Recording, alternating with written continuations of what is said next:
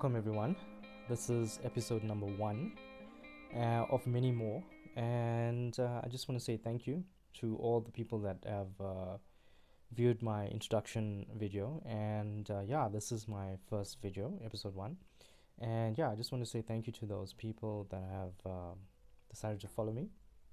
So, yeah, look, for me, it's about reaching people and helping them overcome sleep challenges. And I'm focused on the South African market. And there's a lot of international research focused on the international platforms, international countries like America, the United Kingdom, and so forth. But there's nothing, there isn't any recent studies done on the South African market pertaining to sleep and sleep disorders and sleep challenges. So, based on the research that I've done, all right, I used the 2012 data and the 2018 data that was done in terms of sleep surveys. And what I've found is an interesting fact is that there's approximately 9 million South Africans that do not have a full night's sleep.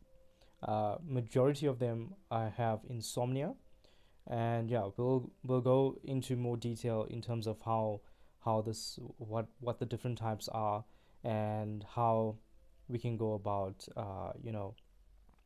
creating awareness around this and how to to overcome these challenges in terms of sleep. Well, in South Africa we have a unique circumstances that may cause different types of sleep disorders, and unlike the rest of the world, we have things like load shedding. We have things like the recent unrest in June of 2021.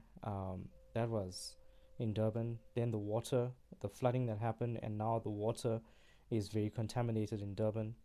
And there was also a bunch of corruption, and so there's a lot of mistrust in our government. There's a lot of uncertainty in terms of with the high unemployment rate, job scarcity. So there's a lot of things in South Africa that do not apply to the international market, and these stresses cause some kind of sleep problems, especially with us South Africans. So that is why I say it's unique to us. So while the stats say it's 9 million, I think it might be a little bit more than 9 million South Africans. So also the fear of just walking out or going on the street, the fear of crime. Sometimes you'll be sleeping in your bed and you wake up like, hey, did I hear a noise? Am I safe? So those are the types of fears that people have in and they develop over time, and these affect the amount of sleep and the quality of sleep that people have. So I'm just going to be touching base in terms of the types of there's many types of sleep disorders or sleep challenges that people face, but I'm just going to be touching on 4 of them today in episode number 1. And the first one being insomnia. Um, they say this is the highest number of people in any country that have insomnia. They say it's about 15 to 30% of people. So basically, it's the ability or inability to fall asleep, or the inability to stay asleep for long hours. So if you plan to sleep for 8 hours, but you go to bed and then at 10, but then you only fall asleep like 2 o'clock, and then you only wake up, or you go to bed at 10, you sleep, but then you wake up very early, like around 3 o'clock in the morning, that kind of thing. So that's a form of insomnia, and there's a number of solutions. There's a number of things that people have tried, but what works the best, what I've read is from many doctors have like Dr. Eric Berg, and there's a few other doctors out there mentioned one of the things that actually work is called CBTI, which is cognitive behavioral therapy for insomnia. Now, it needs to be by a trained professional, and it's a rare skill. I have to still research and find if there's any people in South Africa that offer the CBT, cognitive behavioral therapy. But basically, it's about retraining and relearning certain habits, and it's a sense of therapy, and it's obviously very expensive. But It's a sense of reprogramming your mind to actually, not reprogram, but resetting your mind to actually say, okay, it's fine to sleep. You are in a safe environment. Um, it's certain. Sometimes people have PTSD and post stresses and post traumatic stress disorders, and so if these kinds of things affect a person's sleep in the future, maybe they went through a traumatic experience. So this all serves and causes a type of insomnia. So I would suggest that you, in your own time, if you can, go and research it. But I will do my own researching as well to find a solution that will work for you guys to the South African market. I mean, everyone needs this. I mean, 9 million people in South Africa struggle with sleep. So, and yeah, it's a type of therapy, and it's proven scientifically to help alleviate insomnia. The other type, or the second type of sleep challenge, is restless leg syndrome, and it's basically as it sounds. It's the creeping sensation. I'm reading Google use here. So it's a creeping sensation in your lower legs where you feel that you need to kick or you need to move or walk or and stuff like that. So this is the basically what they say is its abnormalities in the neurotransmitter dopamine have often been associated with restless leg syndrome. So I will actually research this further to find out, okay, what is it characterized of? How many people have it? How do we rectify this? Is it something that is it related to exercise? Is it a type of inability to exercise that's causing restless leg syndrome at night? What is it? Is it related to diet? What can we do to actually prevent and help people overcome this? Excuse me. Then the third one that I'm going to mention today is narcolepsy. I think I'm pronouncing it right, but basically narcolepsy.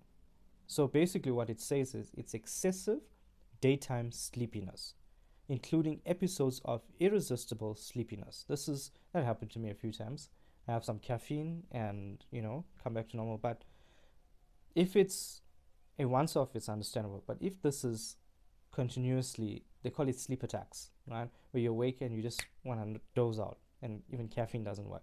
Then you have, if it's excessive, if this happens more than a few times, this is something that you need to look at and see, okay, what's causing it? How can I get rid of it? Or how can I overcome this? And because you know what, you want to live a productive life, you want to live a fulfilling life. I mean, we have 24 hours a day, right? 8 hours to sleep, 8 hours to work, and 8 hours to do whatever we want. But in order to do whatever we want and work effectively, we need at least a sufficient amount of sleep, where quality sleep, where there's no grogginess, where there's no tiredness, and so forth. So we want to that's my purpose of here, is to find ways to actually help you have a better sleep. All right. So yeah, that's narcolepsy. I think I'm saying it right. If you feel that I'm saying it wrong, please send me a DM and we can take it from there. The last but not least is sleep apnea. This is snoring. This is a sense of snoring where a person snores and periodically they basically gasping for air, and they are basically you know lose, like, they sleeping and then all of a sudden they stop breathing for a few seconds or a few minutes. And I heard of some people that actually don't even know they have it, and they happen to pass away with that. So I am basically going to actually investigate this sleep apnea, what it's all about, how we can get treatment for this. I've seen a few things, something called CPAP that you put on your nose, that basically you put filtered water in it, and it actually helps you breathe better. It's basically a humidifier that you put on your nose, but I don't like anything on my face that actually, it's irritating. So let's see what we can find and on this journey with me. And yeah, let's see how we can find solutions for these and many more. And obviously we wanna get the information that's you know that's verified information from actual people that went through it, actual people that actual doctors and scientific stuff. So that's the research I'm doing. That's the research that I'm going to be taking forward. Like I said, the CBTI, that's research done to say, okay, here's insomnia. This is scientifically proven to actually solve insomnia over time. Um, one tip, one tip that I learned is, if you suffer with insomnia, one thing that you can do is try sleeping in a different room and getting a journal. This is just basically something that I tried before, and it helped along with other things. But try sleeping in a different room, right? And also getting a journal. During the day, write down exactly what thoughts run through your head. And you don't have to show it to anyone. Take it up, throw it away, do whatever, but long as it's off your chest, it's off your head. Whether it's studying that you're worried about, um, whether it's your financial affairs that you're worried about, maybe it's relationships, maybe it's due to the whatever is going on in this country, maybe it's unemployment, maybe it is something that is going on with your family situation. So write it all down, get it off your chest, find solutions in your writing, and yeah, and do this as often as needed. As it's call it a sleep journal, your dedicated sleep journal to better sleep. So thank you for joining me for episode number 1. As I said, this is a series of where we actually go through different sleep challenges that faced by South Africans. If you felt that this had any value to you, go ahead, hit the like button, and yeah, share with people. I'm still new to this world of Instagram, and in terms of sleep beta essay, in terms of Instagram and stuff like that. So yeah, if you feel like there's any topics that you want me to speak about, please go ahead, drop me a DM or in the comments, and next episode or in a few episodes we will actually